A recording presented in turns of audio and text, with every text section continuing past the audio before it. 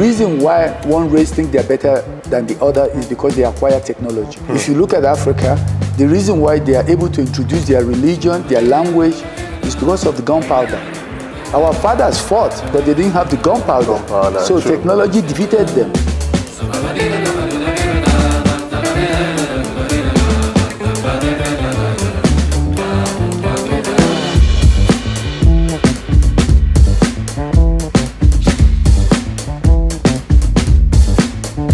What's up, guys? How are you doing today? It's Tayo Aina here again, and guys, I'm currently in South Africa, and beside me is Mr. Fred Eboka, who is the founder of Eboka, which is one of the biggest fashion brands in Africa. Today we're going to be discussing with him a story about how he got started. How are you doing today, sir? I'm wonderful. I'm glad to see you. Yeah, thanks for having me. You're Nigerian? Absolutely, 100%. Okay. So how did you get started in wow, that's fashion journey? A little bit of a very long story considering how young I am. Okay. You know? I actually started in Nigeria when I was very young. I have two sisters and they are always interested in clothing, as you know, Nigerian women. Yeah. You know, so that was how I started. Eventually I went to Yaba College of Tech to study fashion. It's one of the most exciting exposure that I have in fashion, thanks to all the people like Tony Jones that really influence us a lot. Because by the time I traveled to the States to study fashion and textile in Philadelphia University, I realized that I came with a body of knowledge. That was my beginning in the States. Then I further went to study visual communication at Tyler School of Art. From there, I started my brand, and which was quite coincidental because I have a very good friend who had a hair salon. So I usually go there, and I was looking for a job in visual communication. I then realized it's so difficult to get into that industry. So I decided to work for somebody for some time, for free,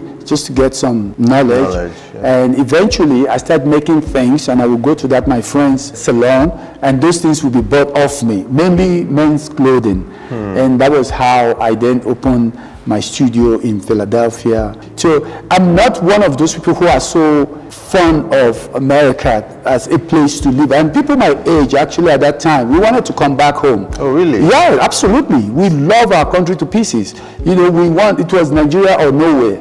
So we wanted to come back home because that was essentially why we left the country. We left the country to get training and come back home. You know, but home became more and more difficult. So we then considered the alternative of coming to South Africa, and that was how we got into South Africa. And then I established the Eboka brand in South Africa. And what was that process like? I will tell you that there is something very unique, I think. Having traveled in different places in the world, there is something unique about being a Nigerian. And that unique thing is that we have this unique ability to just go anywhere and just run the engine. I don't know. When I said I was coming here, people thought I was totally insane. And my friends would tell me, "Are you crazy? Why don't you stay in America?" And I'm like, the main reason why I came to America is to get the kind of education that's going to make me contribute to Africa, anywhere in Africa. So my thing is that I am better in Africa than stay in America. I kind of have the belief that with the amount of knowledge I have and with the kind of culture I'm coming from, I can only think about success. And that's how life is. What you think, it's what you tend to work towards. And the universe then open up for you. In establishing this business, because I know probably during that period there was this whole white, black thing. Yes, yes. Did you encounter any of that? Was that part of the challenges of actually starting up? I'll be very honest to you. The less I knew about the complication, the better it was for me.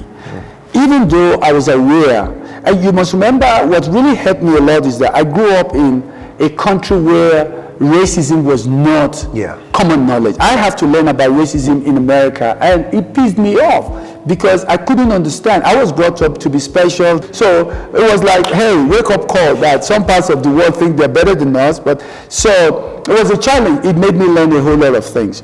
But even then, when I came to South Africa, not knowing racism deeply helped me because it didn't create that boundary for me. For you. I kind of just started bulldozing everywhere. In fact, one of my first clients was Patricia Craner, who was the mayor of Cape Town. He was the last white mayor of Cape Town then. Oh, wow. And followed by Jane Raffaelli, who owns chains of magazines like Opera Magazine, Cosmopolitan, Marie Claire, and all those magazines. So it was layers and layers of, you know, those kind of white clientele, Germans, Jews, Austrians, whoever, name it. And they would invite me to their homes, they would have parties for me. It was incredible.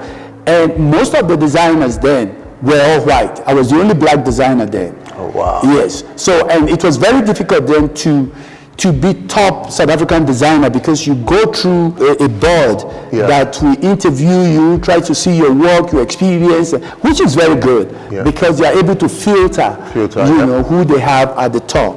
The reason why one race thinks they're better than the other is because they acquire technology. If you look at Africa, the reason why they are able to introduce their religion, their language, is because of the gunpowder. Our fathers fought, but they didn't have the gunpowder. So technology defeated them. So if you want to develop as a people, you must develop science and technology to put you ahead. There was a time Japan conquered Russia. They went and dominated China. They went and dominated Korea. Why? Technology. Japan is a very small country. And today, Japan is respected so highly in the world, because of technology. Today, China has become on top of the whole thing because why? Technology. If you don't produce or manufacture or have your own technology, you go to the bottom. You know, if you keep carrying a Holy Ghost fire and all those things, nobody respects any group of people that doesn't produce. In fact, they conquer them. Why did the Romans conquer the West, the Europeans, the Germans now, the French, you know, because they were under Roman Empire, they were slaves to the Romans. It's because they were not civilized, they were just living like Africans at that time. A lot of people thought, you know, we are the one that wear bone on our nose. It was the Germans who wore bone on their nose. Oh, really? Yeah, they have, you know, the Germans had juju doctors. They lived in those, in the rocks, and in summer they lived in those thatch roof kind of round houses. And the Romans simply went there, just wiped them out. And the only thing is that the Roman removed all their culture and replaced them with the Roman. What you call Western civilization today is actually Roman civilization, which the Roman inherited from the Egyptian and the Greek. If black people want to stop racism, it has to start from Nigeria. Why? Why do you say Nigeria? Because Nigeria has the highest population of black people. Every 1 out of 5 people black in the world is a Nigerian. True. So we are the drawdown of black race. If we develop technology and our confidence goes up, our country manufacture, we can defend ourselves, nobody can bully us, then immediately the kind of respect people have for your race goes up. A white man will conveniently collaborate with Dangote. True. Because he brings a lot of things to the table. You can be invited to United Nations and become part of the G20 meeting, but you don't put anything on the table. Nothing. The oil and the gold, they get it for nothing already. So it's not on the table. They bully you, you even reduce the price. So you can start to negotiate when you are bringing something on the table to alleviate respect for your race. If all you have to put on the table is that God creates us equal, that's the biggest bullshit, because that thing doesn't work. And we know that, they know that better. So we really have to live in the 21st century and change our way of thinking to a more civilized, developed thinking, so we can be competitive with people who are on the top. There was a time the Chinese was like, you know, nobody respected them. If you say something is made in China, nobody respects them. Yeah, true. Today, nobody can bully China. Yeah. Why? Because they quietly elevated. One thing I respect about the Chinese, they don't even talk about racism, because they were quiet in developing their science and technology. True.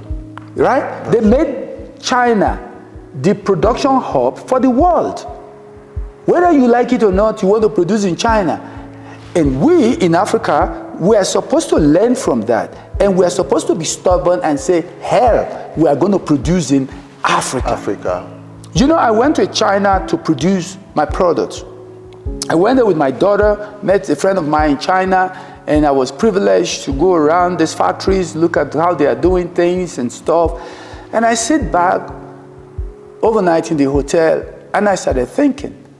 And I said to myself, why is it that after all my education, after all my knowledge, I'm going to give people who have 10% of my knowledge production? I said, I've got to go back and solve a problem. There is a problem. I'm going to go back, educate people about what we are lacking, and be realistic about it. You know, it's a problem. We have to solve it. We have to change the way we think. We have to be angry with ourselves, and we have to understand this is a survival for us. We have to produce in Africa. If we're going to eat chocolate, we have to produce chocolate. Yeah. If we're going to dress in something that looks like Gucci, we have to produce something that looks like that. We shouldn't be depending for somebody else to give us what we're drinking. What kind of upbringing do you have? I'm from relatively what you call humble family in Nigeria. My parents were not rich, and that's why I have to start working from 15.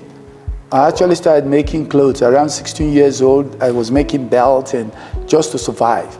You know, I did a whole lot of things, paint people's houses. And when I was in College of Tech, I was practically taking care of myself. I didn't have anybody visit. In fact, the 3 months holidays we normally have, sometimes I'm in the campus. You know, it toughened me. It made me realize that complaint doesn't get you anything. Anywhere. Yeah, my mom always tell me that. My dad always tell me that you can complain all you want. You have to develop the ability to solve your problem. So that was the foundation of a shift of my paradigm in my outlook to life. Like, nobody owes me anything. I have to constantly solve a problem. Everything is a problem. Now, what are some of the challenges you faced as a designer? Well, some of the challenges I face, it's a common challenge to every businessman in Africa. The inability to access proper funding, the inability to access proper distribution network, because Africa has not created that environment, which is a common challenge to many designers. In fact, especially the younger designers, because you do need these things, and these things cannot be done by designers. It's done within the business environment, within the government policies, within what the government wants from the industry. Fashion and textile industry is not, even though the government will talk about it, but they don't really understand it. They don't understand the value and how important it is in creating employment in a society like an African society, and how it is the foundation of industrialization. I was talking to the former Japanese ambassador because I was doing things for the wife at that point in time. And I had a dinner in their house, and we're talking about why Africa is where it is.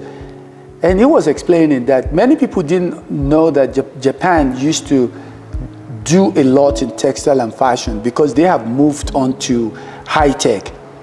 And that Africa keep losing the opportunity to build their industrialization through textile and fashion because the government doesn't really take it seriously. And if we don't take it seriously, it's going to actually rob off a lot of opportunity to develop, because you have to produce what you eat, or you have to eat what you produce. You have to produce what you wear, or you have to wear what you produce. Either way. That's very true. Yeah.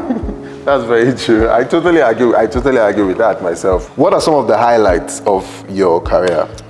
The highlight is that it's given me the opportunity to meet a whole lot of interesting people. I mean, Mark Shuttleworth, who is the South African astronaut, was my client at one point in time. Oh, wow. Yeah. The guy who measured the laser beam that they shot from Earth to space to be able to fly Apollo 11, Hal Walker was one of my clients. So these are people you ordinarily you won't meet. That's why I talk about science and technology so much. Yeah, because you mentioned an astronaut and somebody who because you say I'm a designer. Why is he talking about science and technology? Because design is science and technology. People don't understand. The machine we use, all the equipments we use, is a product of science and technology. And we have to think as scientists. If you want to be a good designer, you have to think as a scientist. You have to be innovative. It's given me the privilege of meeting a whole lot of people. I mean, the First Lady of South Africa is my client. Wow. So ordinarily, I wouldn't have been able to mingle with people like that. So those are all privileges. In life, it's not so much of what you do, it's where it takes you. It's not the money you make, it's the difference you make. And success is when your activity enriches the life of other people, when it creates them happiness. In my opinion, that is success. Not just material things, not the cars, not the houses. No. What's your advice to a lot of young entrepreneurs out there who have seen what you're able to achieve and want to find success in whatever it is that they're doing? What's your advice to them, a lot of African entrepreneurs? Success in everything comes from your own personal value and principles and your outlook to life. And I think you are successful because you can solve problems. Dangote is successful because he can solve problems. Yeah. He always speaks on, how can I solve this problem? He's not thinking, how can I make this money? He couldn't be thinking, how can I make this money if he's doing the kind of project that actually can run him bankrupt. True. But his picture is way bigger than personal gain. As long as you keep your picture bigger than your personal gain, people's interests become your interest, and how to solve it become your pleasure, and that will make you a successful person. So I sometimes feel very sorry for young designers, especially in my field. People don't even know what it means to be a designer. They don't understand what it means in the society. They think it's a waste. Go ask my dad. He fought me when I said I want to be a designer. As far as he's concerned, it's a failure. You know what I mean? And it truly so, because his frame of references is directed to your son is not going to be able to afford for himself, right? But if you are born in Europe, I think your parents will be very excited that you are going to be the next Armani, you're going to be the next Valentino, you're going to be the next neighborhood designer who has a yacht in the ocean and things like that, because there are a lot of references and they take themselves very seriously. The industry is there, the market is there, the retail, everything is there. But in Africa, we don't have that. What can the young people do about that? What they can do about that, they have on the personal basis, I will advise them to be realistic. If you want to design, you must know that your work, first of all, must earn you a living. You must put more of your effort in your craft to master your craft and build your clientele gradually. The fame will come. It will come. But if you put the fame ahead, then you get intoxicated with the fame. And the real thing gets left behind. Even if you are given a project, somebody said make 200 dresses. You can't, because you have not created that foundation. Put the sweat first. Put the hard work first. Those sweat and hard work will elevate you to the fame, if there's anything like that. Because I don't think I'm famous anyway. Thank you very much. I think that's a good way to wrap up this interview. Thanks a lot for having me and sharing your story with me too. Thank you guys for watching this video. That's all we have to share with you today. If you like this video, please hit the like button and subscribe to the channel, and we'll see you guys on the next one.